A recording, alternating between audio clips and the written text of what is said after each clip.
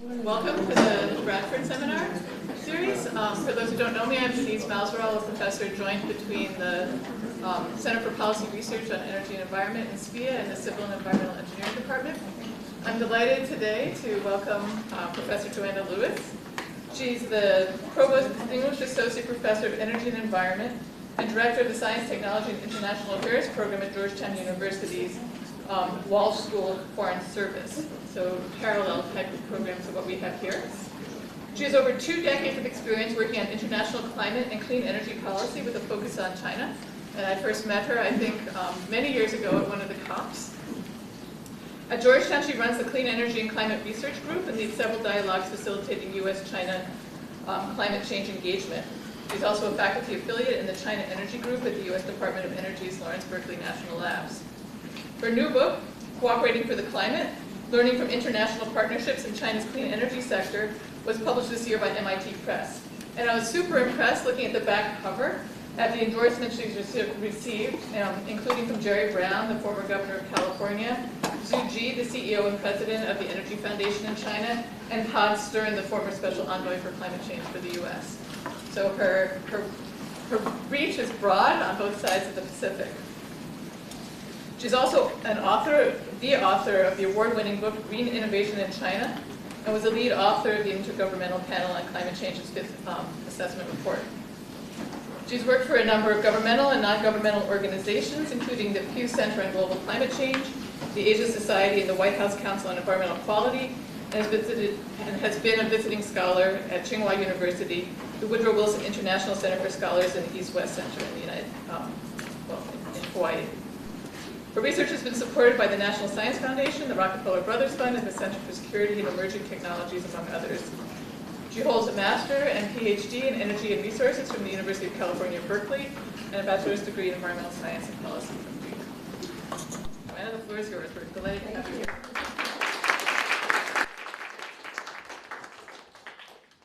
Thank you so much, Denise, and thank you all of you for coming today. It's I think it's been 6-7 years since I was last at Princeton, so it's wonderful to be back meeting with everyone in person. So my plan for today is to talk about my new book, Cooperating for the Climate, as you just heard, which focuses on how countries around the world, not just the United States, have been engaging bilaterally with China over the last 3 decades or so. But then, as you all know, it's a challenging time in U.S.-China relations and in technology cooperation in general with China. So I'm going to sort of bring you up to the present day with some more recent research that I've been engaged in as well, looking at clean energy supply chain issues, U.S.-China engagement on clean energy finance in third countries, and a variety of topics that I think will kind of, again, bring us into sort of the present day political realities of where we are. So that is the plan for this afternoon. So the book focuses really on these framing questions. First of all, I set out to understand how countries have been cooperating with China on clean energy and climate change over the past 3 decades, and how countries manage the risks and benefits of such collaboration. So the countries that are working with China, but also China itself. And then what can we learn from this, right? It just, you know, I worked on this book for more than a decade, and obviously there were a lot of shifts over that time, but this sort of question of why do we cooperate? What do we get out of it? What is the point of it? You know, these questions sort of still persist today. So I set out to do what I think was really the first systematic analysis of bilateral engagement with China in the climate and energy space to try to get at these questions. You know, the key contributions I would say to the book, just to kind of summarize, are, you know, one of the things that I did with a team of research assistants, many of my students, was to put together a database of bilateral agreements with China, because there was sort of no standalone data source of this. You know, different countries kind of keep different databases. They're all different. And so we looked at, you know, this sort of, we put together a database that served for part of the analysis in this book.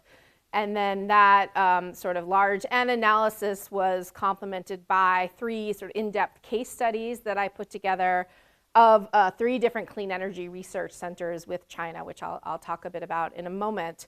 And in the book, I propose an integrated framework that combines political, economic, and technical factors that explain the rationale for and the structure of cooperation mechanisms, right? Because some of this cooperation is technically motivated, some of it's more sort of has diplomatic aims, and we tend to look at those things sort of in isolation as opposed to together. So I try to look at that a little bit more holistically and in a somewhat consistent way. And you know, the goal of doing this sort of cross-border technology-focused collaboration is there's also, I think, some interesting kind of implications for how we think about cross-border R&D, you know, the role that China's own innovation system plays in the global innovation system for clean energy technologies in particular. And so I map international collaboration with China across clean energy technologies to kind of understand China's overall contribution to the global innovation system in this area.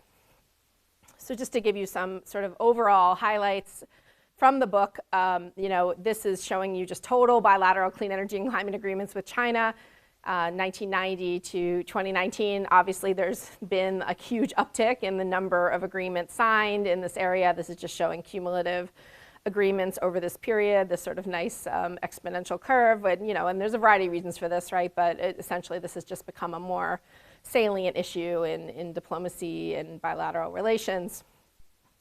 In the book, I kind of look at different ways to, you know, kind of analyze the database to try to understand these broader trends. This is showing that, you know, there's really different countries have different technology focus areas that they choose to engage China on. So whether it's, you know, the area of carbon capture utilization and storage, for example, is something that the United States has been very engaged in, but also the EU as a whole. I look at both the EU as an entity as well as sort of separate European countries in the book.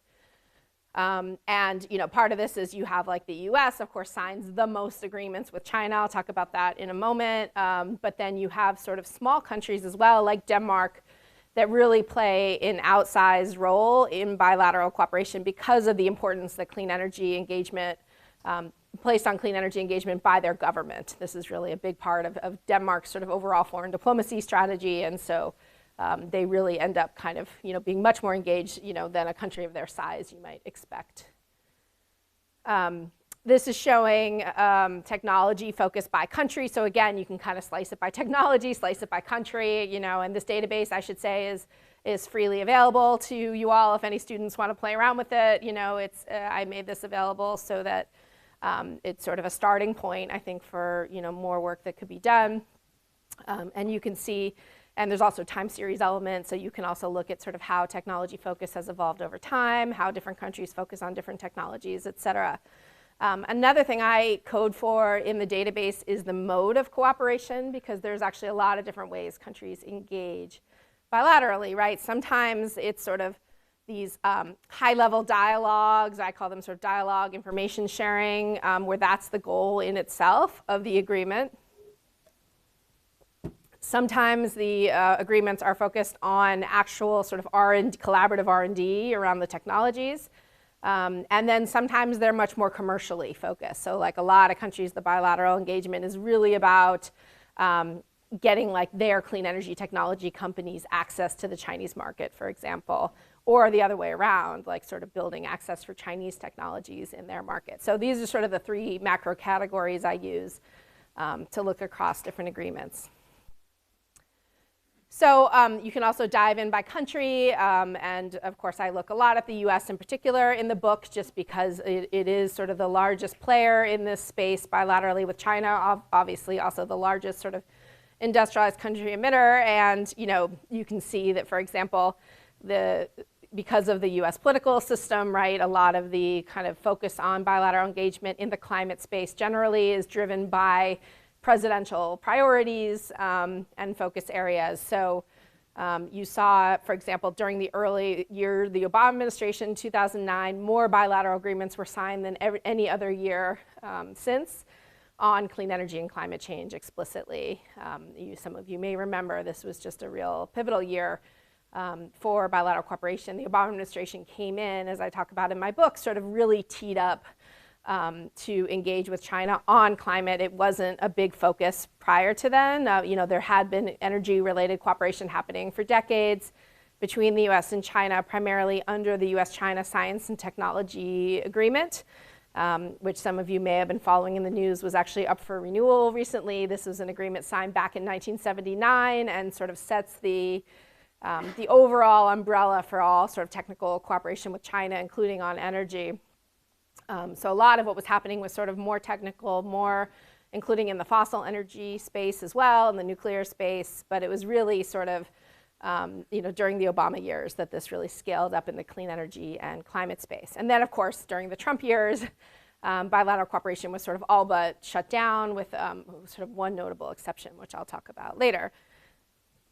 So in the book, I examined 3 different clean energy research centers, sort of developed case studies of each of these because they really are I think sort of fascinating examples of how countries engage bilaterally in the clean energy technology space, and they have not been covered much in the literature. So the first one you may have heard of is the US-China Clean Energy Research Center. It was referred to as the CERC. This was one of the flagship bilateral initiatives of the Obama administration with China. This was a massive undertaking and involved hundreds of scientists from both countries, national labs, universities, government agencies, and I'll talk more about it. The other one, though, I looked at is something called the China National Renewable Energy Center, or CNREC. This was an initiative of the Danish government, who has, as I mentioned, been working in the Chinese clean energy space for many, many years. You know, they're really one of the some of the first wind turbines ever put up in China were Danish wind turbines put up in the very early 1980s. And so there's a long history of Sino-Danish cooperation, particularly in the renewable energy area. And so this was an interesting initiative where, again, different from the CERC. The CERC, I should say, was sort of a virtual center. Like, so there was no building. It was, it was cross-border, cross-national. There were headquarters kind of in both countries. There were 3 and then later 5 consortiums set up across both countries, whereas CNREC was actually sort of the Danish government's attempt to set up a renewable energy think tank with a lot of energy modeling capabilities inside the Chinese government. So it was placed within the Energy Research Institute, which is under the NDRC.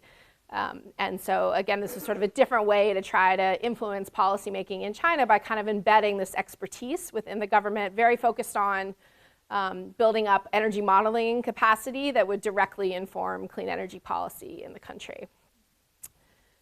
And then the third clean energy research center that I look at is the China-Brazil Center for Climate Change and Energy Technology Innovation. I'll call it China-Brazil Center for short. And this is a center that I think hasn't received as much sort of focus, particularly in the research, but this is really an interesting case because it's one of the only examples at this level of diplomacy that we see of sort of South-South cooperation, as we call this, right? Where you had Brazil and China coming together to focus on a variety of joint R&D projects in a variety of clean energy technologies, but particularly with a focus on biofuel technology, which of course Brazil has particular expertise in. And a lot of interesting successes that actually came out of this, where you had technologies that were like invented in China, demonstrated in Brazil, where there was sort of a more niche market, and then commercialized and sold back to China. So this sort of interesting way we think about cross-border innovation. So in the book, I look at these 3 case studies, and again, sort of against this schematic of like technological versus political benefit, right? Because there's really a range of outcomes and a range of kind of initial goals that motivate these types of centers, which are really different from country to country, government to government. So just as an example, the China-Brazil Center really focused on a few niche technologies. It was viewed as sort of, lower risk, but also potentially kind of lower, broader benefit. These were kind of more niche technologies with, not like CCS, with kind of potentially large scalability, lower political stakes overall, just due to the dynamic of the Sino-Brazilian relationship. Although actually I talk about in the book how this center was sort of ultimately adversely affected by the politics between China and Brazil at a higher diplomatic level. The Denmark-China CNREC was sort of, again, more sort of modest in terms of diplomatic benefits. I mean, I should say all of these 3 centers had a lot of interesting commonalities, like the presidents of all the countries were involved in setting these things up, had regular photo ops. There was sort of, the country, a lot of this high level focus, but then the work happened at a working level, right? Sort of very in the weeds with researchers, professors. So the Danish center was really, less focused on sort of commercializable technologies than, for example, the US CERC. The CERC in the United States was really somewhat unique, I would say, in all bilateral cooperation with China that we've seen in this area because of its unique focus on intellectual property rights management, which comes up a lot if you study technology transfer, technology cooperation, particularly that crosses borders. There's always these sort of concerns like, what do you do with the IP issue? If you're working together with a researcher from another country, who owns, sort of the background IP you bring in, who owns the new IP that might be created through the collaboration. And so what the CERC did, they didn't rewrite IP law or anything, but they put in place these agreements that essentially every researcher had to sign and every research entity had to sign that just set out some very clear ground rules for how IP would be managed so that everyone was on the same page. Researchers sort of felt protected with the background knowledge they would bring to these collaborations.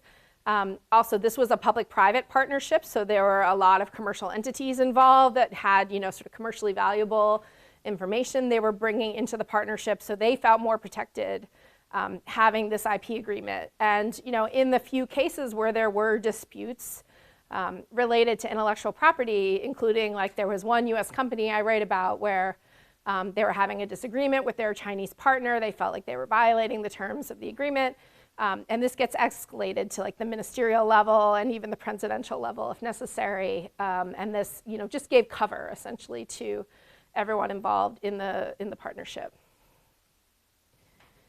So in the book, I talk about, sort of how we think about, there's sort of the linear model of how we might think about research, development, deployment, demonstration. I'm sure you all know there's sort of limits to this, somewhat of an iterative process, right? But I sort of apply this continuum to thinking about how these three different CERCs, as they were, the Clean Energy Research Centers, are sort of rethinking complementarity in cross-border RD&D, right? Because the idea of this is that, within everyone's sort of own national innovation system, right, we have policies and incentives and things in place to try to support innovation, like here in the United States, right? We have things like ARPA-E and the Loan Guarantee Program and all sorts of incubators to try to sort of push pre-commercial clean energy technologies into the marketplace.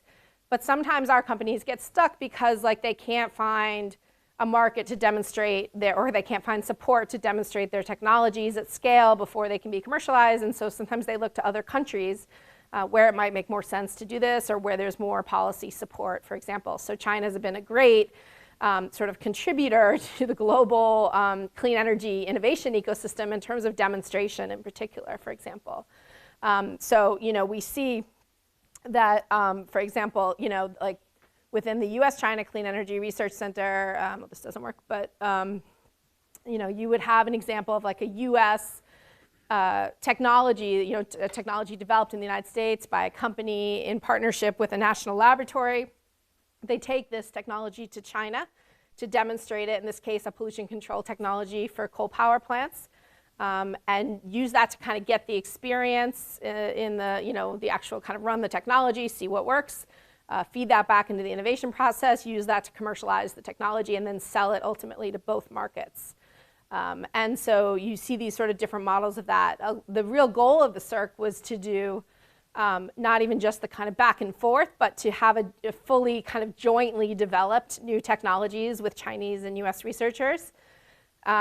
I did an interview on this recently, like it's funny like to look back on this now and think about like how realistic would it be now to expect Chinese and US researchers to kind of work side by side, come up with great new clean energy technologies, share the IP, deploy them in both countries. This was really the idea. It sounds very sort of politically challenging in this environment today where there's so much scrutiny on both sides of international cooperation. But really this was the goal, and there were sort of a few examples where this worked, but not to the extent that I think like the US Department of Energy would have liked to see. And then the Sino-Brazilian Center kind of was what I described, right, where you actually saw Chinese invented technologies get deployed in other sort of emerging economy contexts brought back to China. And I think this, again, just sets out really interesting examples for how we think about innovation, where it sort of used to be a lot of these technologies that are developed in Europe, the United States, they get maybe transferred to developing countries later. But that's no longer the world we're in, right? Like, we know a lot of the innovation, a lot of the new thinking of these technologies, a lot of the pioneering development is happening in countries like China, India, elsewhere, Brazil, and they are going to be sort of the sources of the information and know-how for the United States, for Europe going forward. So another thing I do in the book is try to sort of understand, okay, you have this whole set of countries, right? It's not just the US, that are engaging with China in the clean energy technology space that you see here. And again, when we think about kind of our needs for, if your goal is, carbon neutrality by mid-century, or 1.5 or 2 degree goal by the end of this century, right? You can go backwards and figure out, okay, what are our clean energy technology deployment needs, right, to meet these overall goals, and who's going to manufacture them, right, and sort of who's going to invest in the innovation needed to even bring the next generation of technologies forward. And because China, in many ways, is kind of the center of the global clean energy technology ecosystem, because they are the largest deployer. I know I didn't put up like background charts because I'm assuming you guys all know this, right? They deploy far more wind, solar, now electric vehicles, batteries, like than any other country in the world. And they're not just deploying them, they're manufacturing them, right? They're becoming a source of exports. So, China sort of, connects with every other country, every other supply chain in this clean energy space. And, you can kind of map this through political cooperation, which is what I do in the book, of kind of who's engaging with China on what, because there's obviously political interest, sort of technological interest motivating this bilateral cooperation. And different countries have sort of different technological visions of where their energy systems are going, or where their innovation systems are going, right? I mean, the IRA, for example, in the United States, very clearly lays out, these are the technologies, that we want to sort of be developing in the United States, electric vehicles, batteries. And China's been doing this for a long time, right? Kind of laying out their vision for strategic clean energy industries in their science and technology plans. This is sort of not new, but I think this is sort of one of the first attempts to kind of map globally how this all intersects kind of with the Chinese innovation ecosystem.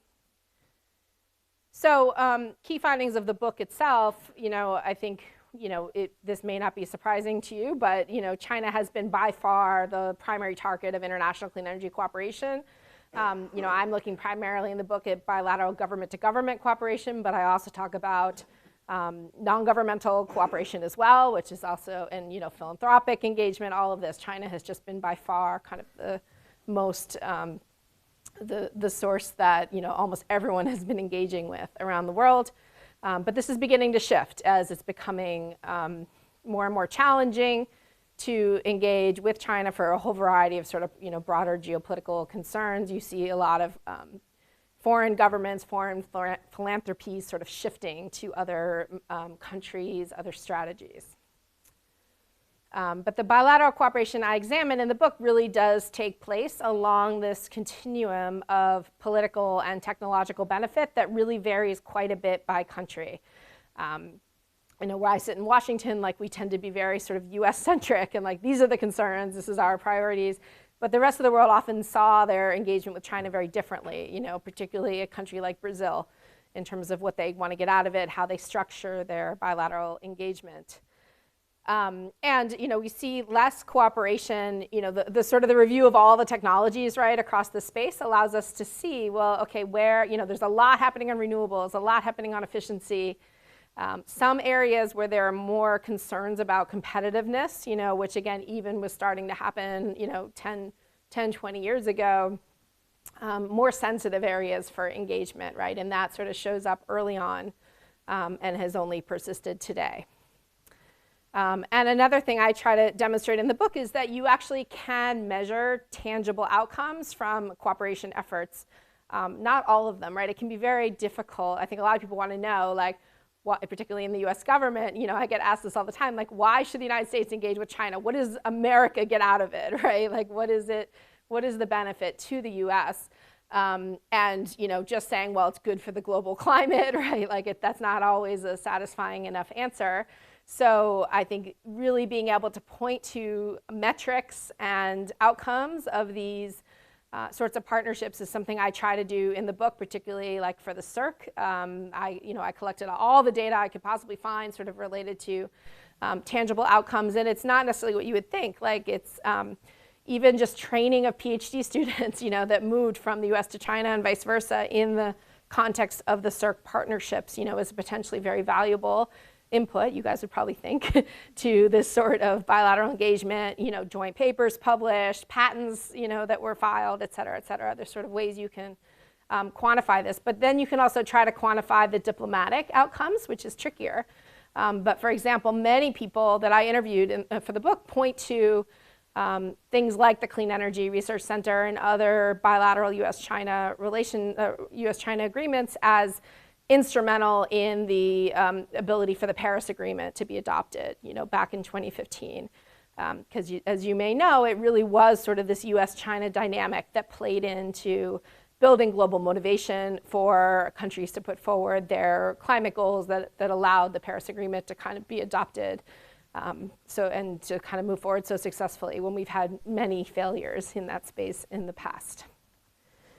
And then lastly, you know, something I find, and I really do think this is in part responsible for this broader geopolitical shift we're seeing and sort of a willingness to engage, and that is that, you know, we are no longer in this world where technology and know-how is sort of only flowing to China, but it is now flowing from China, out of China, right, to the rest of the world.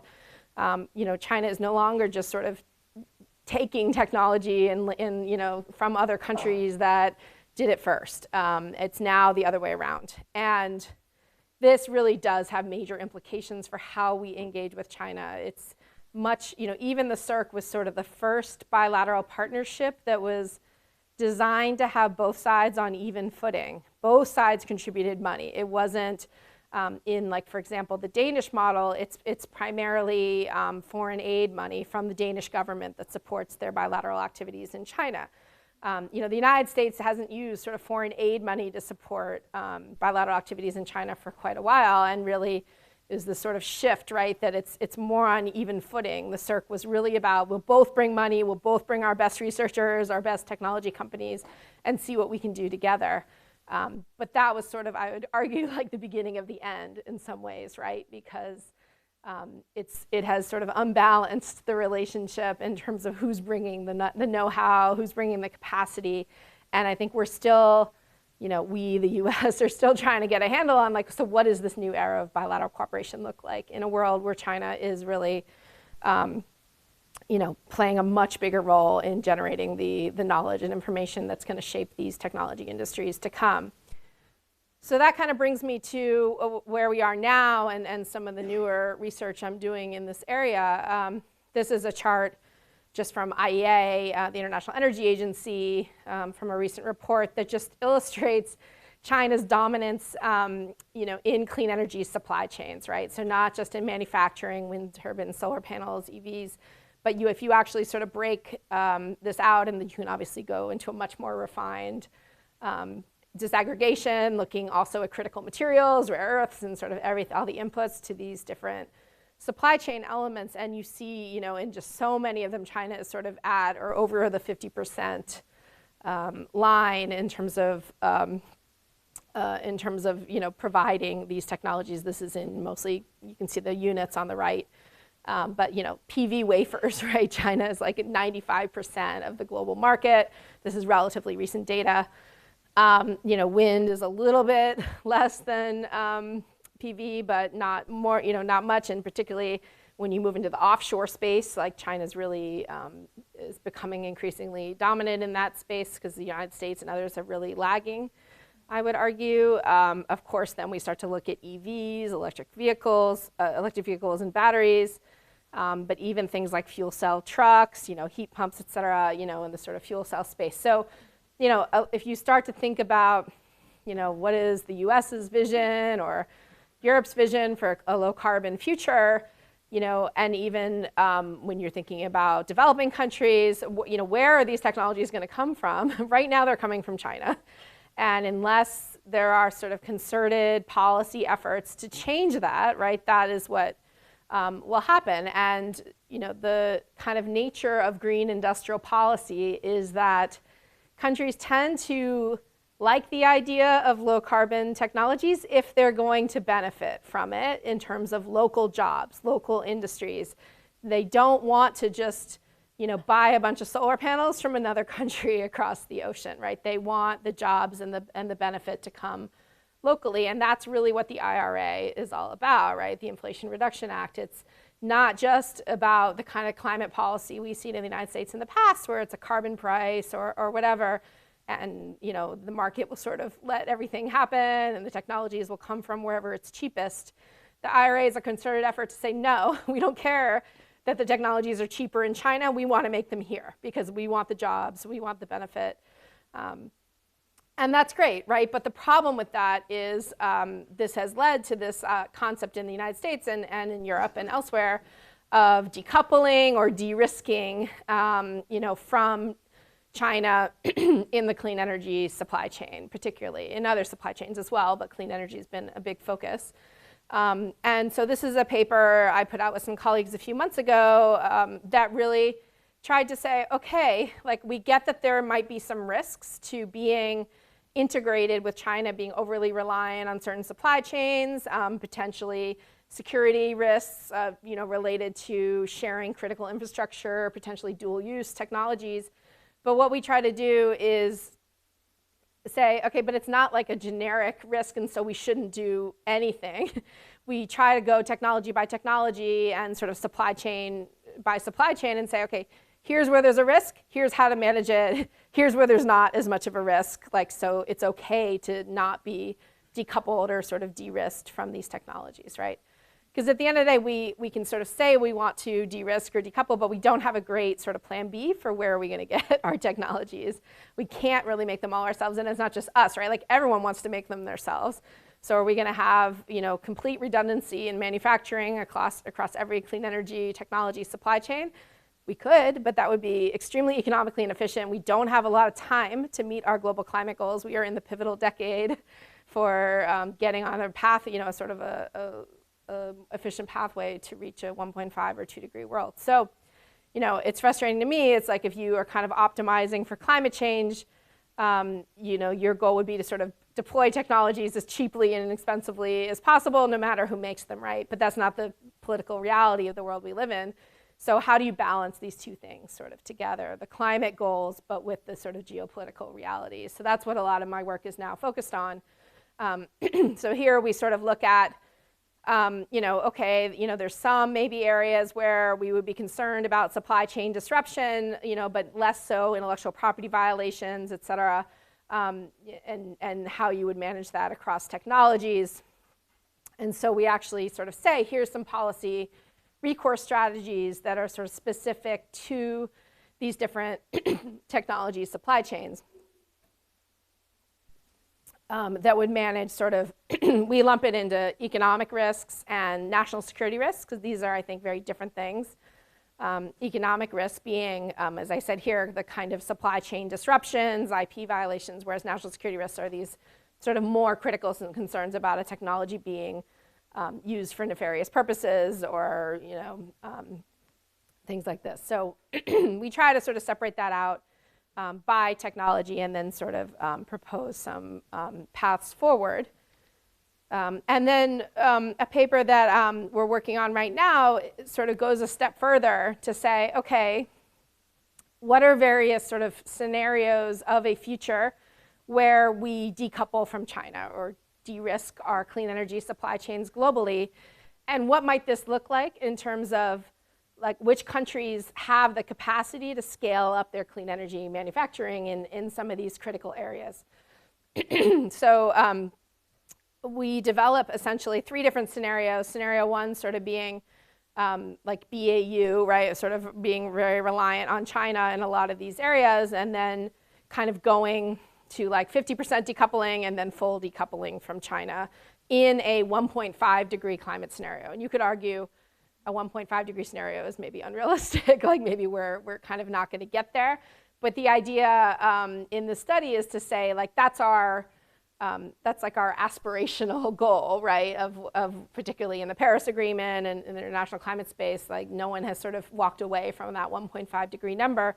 And to meet it, that implies a certain amount of clean energy deployment globally. So where is that going to happen? Like, who's going to manufacture those technologies if not China? And so we do a sort of facility by facility analysis looking at sort of where is the current capacity in Southeast Asia, in Northeast Asia, in Europe, United States, elsewhere, the Pacific, and like where is there potential to scale up? Where would you do like a friendshoring model? Where, you know, where, like, what are these sort of different opportunities to think about this? So you can kind of, you know, I'm happy to share this when it comes out, but essentially, you know, if you look, for example, on the bottom right, solar modules, current production, right, is almost all in China with a, you know, kind of a little bit in a few other countries. And then under like a full decoupling scenario, scenario 3, where we basically say like the only scale up in China would be for Chinese domestic use, and then anything for export would happen in other countries.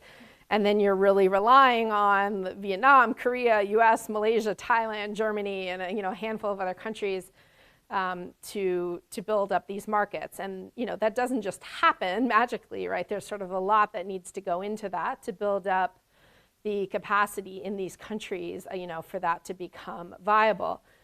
And then, the last thing I'll talk about is, so this is a paper that I wrote with Cecilia Springer from BU, and where we looked at this idea, I'm in a lot of like US-China dialogues, and something that comes up a lot is, well, if we can't work together bilaterally because of all the sort of challenges I've been laying out, maybe we could sort of work together in third countries, or like think about what each of us are doing respectively that affects the rest of the world, particularly developing countries' clean energy development. As you probably know, through the Belt and Road Initiative and other mechanisms, China over the last decade, invested in a lot of coal plants overseas, particularly in developing and emerging economies, and got a lot of pushback for that, saying, you're the largest deployer of clean energy technologies in the world. Why are you selling people coal plants? Why aren't you building more solar and wind and other, more climate-friendly and local environmentally friendly technologies? So we look at this idea, how could China and the United States engage in third countries in the sort of renewable energy finance space, and sort of come up with a list of things that could be done that we rank from being kind of the most to least impactful to requiring the most to the least coordination. And coordination I kind of use as like a code for political viability. Because if you look, for example, at the concept of, imagine a US-China joint renewable energy investment bank, right? Like a bank where, both countries put in money, put in, capacity building, training, et cetera, and go into third countries and help to leverage cleaner investment. Sounds great. Is this going to happen? Probably not, right? Like, we're not probably going to set up a joint bank right now with China. But this has been talked about in sort of, real circles over the years. And you could imagine a much more modest approach would be, the sort of the far end of the spectrum, having China and the US and the United States agree to common investment standards and principles like, our domestic development banks aren't going to finance coal plants overseas, or are going to, incorporate various green investment standards. And a lot of that is already happening, right? Like, there's a lot of that where China and the US have agreed to sort of similar sets of rules through various multilateral discussions. So, and then there's like a range of things in the middle. And in the paper, we sort of assess the complementarity of both of our sort of overseas investment infrastructure and development banks. And there's a lot of kind of interesting complementarity in what China and the US do. So that's what we explored there. So, just to kind of maybe end with a few thoughts, and then happy to open it up for questions and discussion. I think on this question of like the future of clean energy manufacturing, right? And like, where's it gonna happen? How are we gonna do this? I think the good news is the massive scale up in clean energy supply chains will create opportunities for both developed and developing countries to diversify away from China without sort of full decoupling, right? Because the market is going to grow, right? Like this is a growing industry. So like even if China kept its market share today, we need to scale some of these things by like 1,000% or more according to our calculations, right? So there's actually a lot of space for a lot of new markets, a lot of countries to kind of come into this. And so I think the challenge is thinking about how that happens. There's a lot of room for these new entrants, but for these new markets, but I think there's going to be a variety of strategies that countries will consider to procure local economic benefits beyond just sort of local manufacturing and reshoring, because this is the challenge I talked about previously, where like it just doesn't make sense for everyone to manufacture everything locally. It's inefficient sort of in terms of scale economies and all these sort of ways we think about the advantages of globalization. We're obviously kind of moving in the other direction now.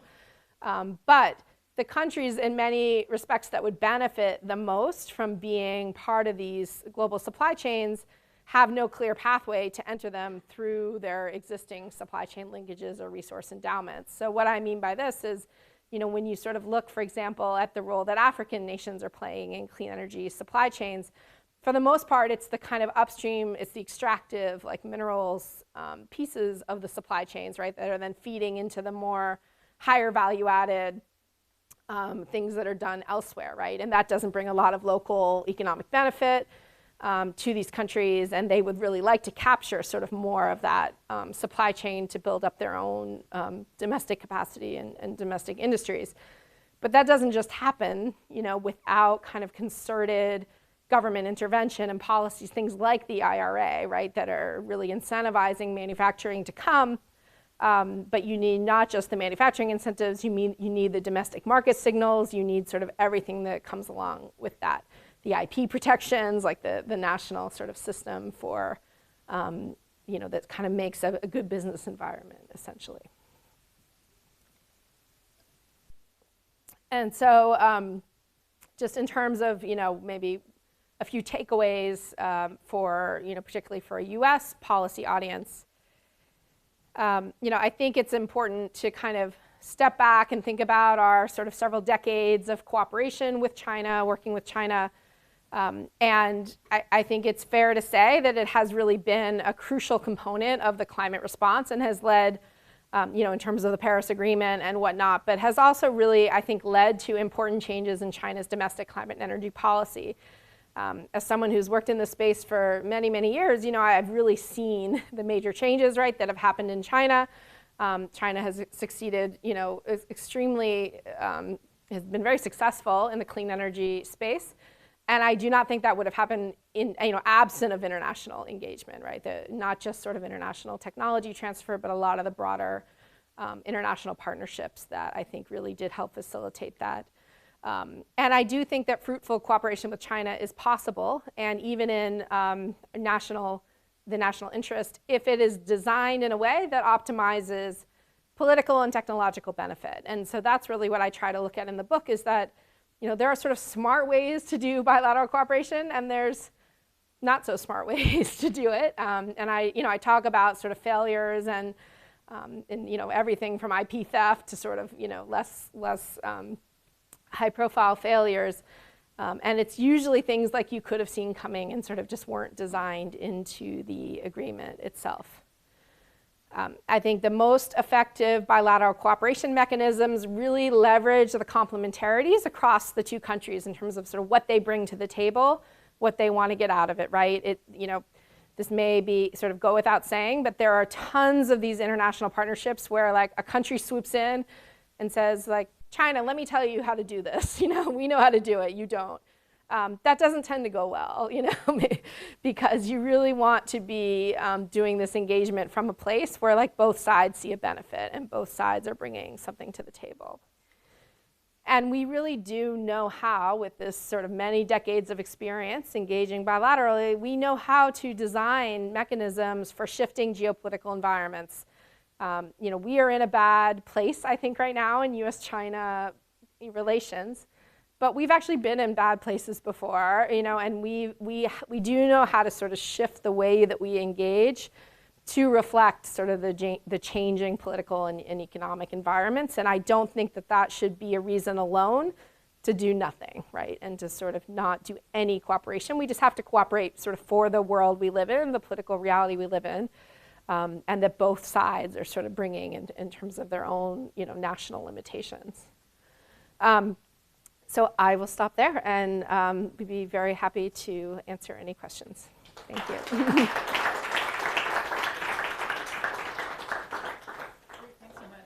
Fascinating talk. Floor is open for questions. Okay, in the back. Yep. Yeah, thanks for this fantastic talk.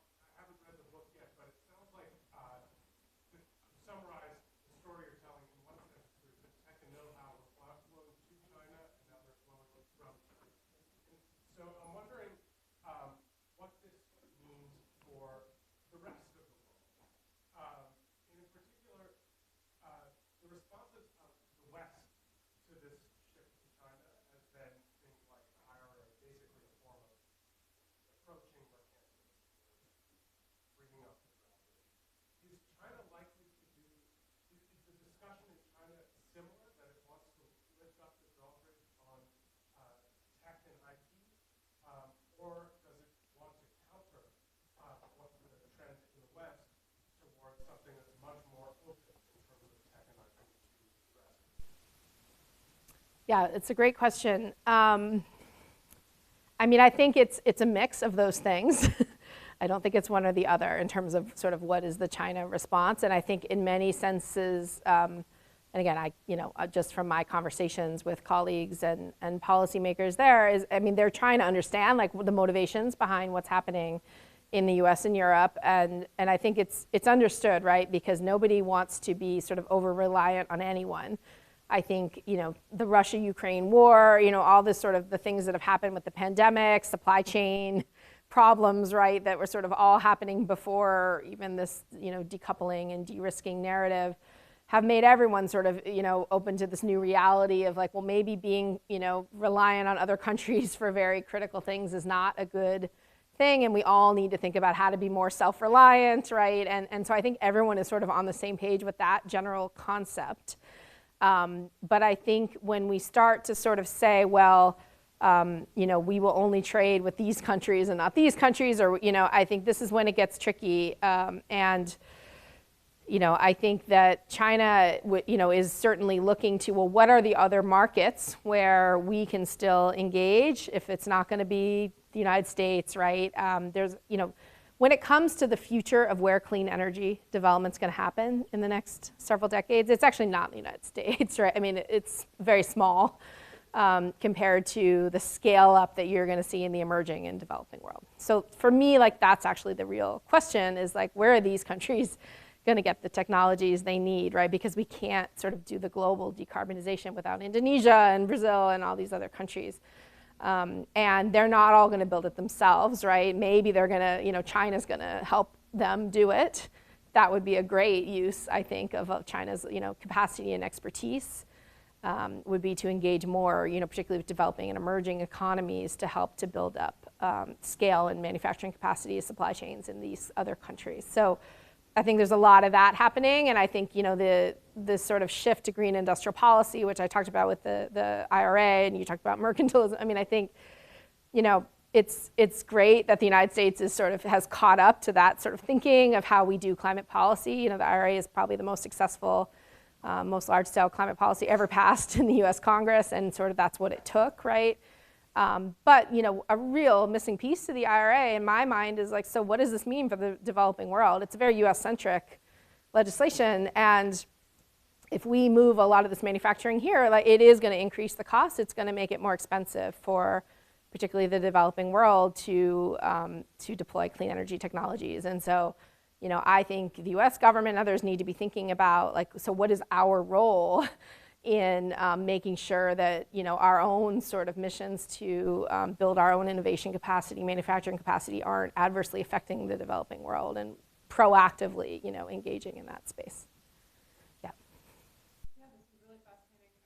I have two questions. The first is, I'm interested in how you actually wound up compiling this data set for your data on bilateral agreements.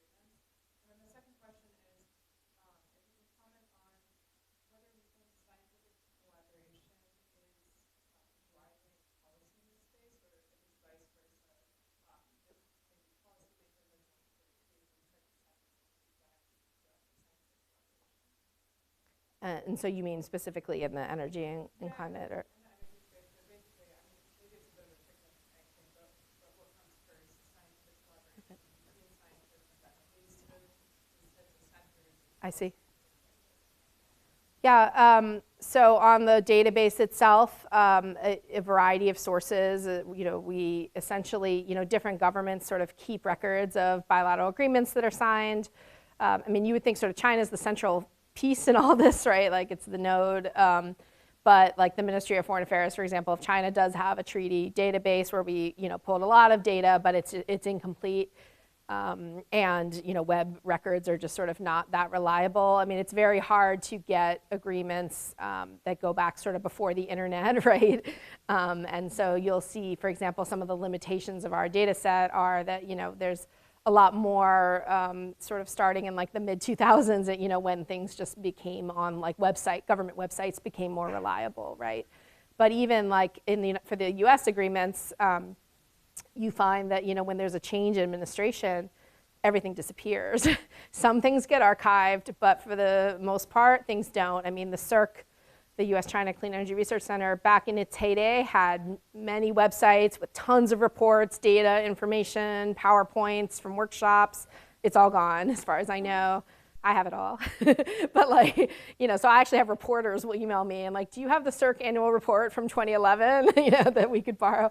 And I do actually, I posted a folder of like documentation for people as well who are studying this area, because I think it's like a shame, right, that a lot of the stuff kind of just gets lost to changes in administration and whatnot. So a variety of sources. I had RAs, you know, working with me from Georgetown and other places who speak multiple languages, so we could get the Japanese agreements and the, you know, things like that.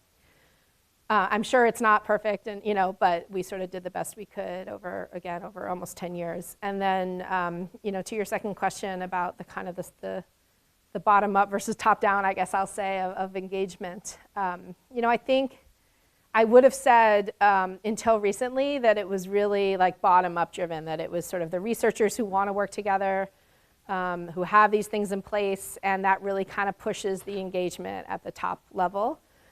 You know, the CERC would not have been as successful if a lot of the US and Chinese researchers that got kind of folded in under the CERC umbrella didn't have previously existing relationships. You know, like for example, the China Energy Group at Lawrence Berkeley National Lab, where I, you know, have worked, has been working in China for decades. You know, they were running the Buildings Consortium, for example, and that really was instrumental to sort of the success, right? These relationships between academics and researchers, that wasn't just the government telling you to cooperate, right? Like, because that doesn't always work out. But that said, you know, I see now, for example, when we don't have the kind of high level, you know, the kind of high level sign off from our governments, this, you know, the saying, go forward and cooperate, it's okay, we're giving you the green light. Particularly, you know, it surprised me that even just the renewal of the US Science and Technology Agreement, which, you know, I think most people like think about as a relatively non-controversial bilateral agreement, you know, again, signed in 1979, sort of the initial founding of US-China, you know, diplomatic engagement. It doesn't say anything like, you know, hand over your IP, right? It just says like share scientific engagement. And, you know, it's become just very politically sensitive just in the world that we live in. And I think because the high level engagement has gotten so sensitive, it does now trickle down to the university, you know. I think there's just a lot more pressure even on NGOs, academics, right, to do work that sort of used to be viewed as kind of non-governmental, non-sensitive is now under much more scrutiny just because of the tenor of the relationship. Yeah. Ned? Yep.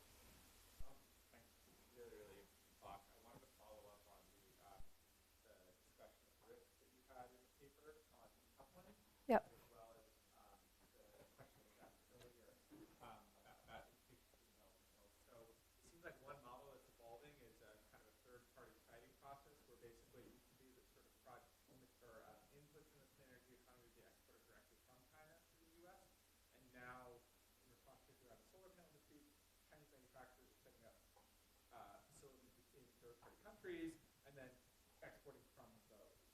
So that kind of like third-party chain where the high-value activity takes place within China, you have low-value-added assembly activity perhaps taking place within a third-party country, and then exports out to the U.S. Does that, in what ways does that meaningfully change or not change the, the risk calculation for the U.S.? Is that like kind of Potemkin decoupling, or is that like meaningfully change? Yeah. I mean, in that last paper I presented where we sort of look at these decoupling scenarios, I mean, we actually look at sort of two versions of the data. One where it's by geography, so like a Malaysian solar plant, and the other by sort of we call owner operator, so like a Chinese-owned solar plant in Malaysia, right, becomes kind of removed in the full decoupling scenario because it's considered Chinese-owned. I think that's how it would be viewed by the US government, and we know that from sort of how tariffs have evolved. Surrounding solar, for example, where it's now Chinese ownership. It's not just from China, like national boundaries. So I think that sort of idea of like moving a Chinese-owned facility to a third country to get around a U.S. sort of trade policy, or even formal or informal, is sort of no longer gonna work, right? And so I think we are in this world where you actually need like the Malaysian-owned company, maybe by partnering with a Chinese company to transfer technology, build capacity, whatever this is. And I mean, I find this sort of silly. Like for a long time, when I studied the Chinese wind power industry, a Chinese wind turbine meant Chinese-owned, Chinese-manufactured, Chinese-held IP. Not like a Vestas manufactured wind turbine in China with Chinese labor, right? I mean, it's sort of how we define these things gets this sort of nationalistic lens on top of it, right? I mean, I think it should really be about who's benefiting from the jobs, right? Like who's working at these facilities, what is the benefit to the local company or to the local country, even if the ownership maintains in the hands of like an outside entity, because there might be real reasons for that in terms of, kind of hanging on to the IP. So, I think we need to be thinking about these sort of new models of how do we build capacity in these third countries that allows them to play this higher value role in the supply chain, and kind of have a higher stake in the kind of overall ownership structures and all this. Yeah.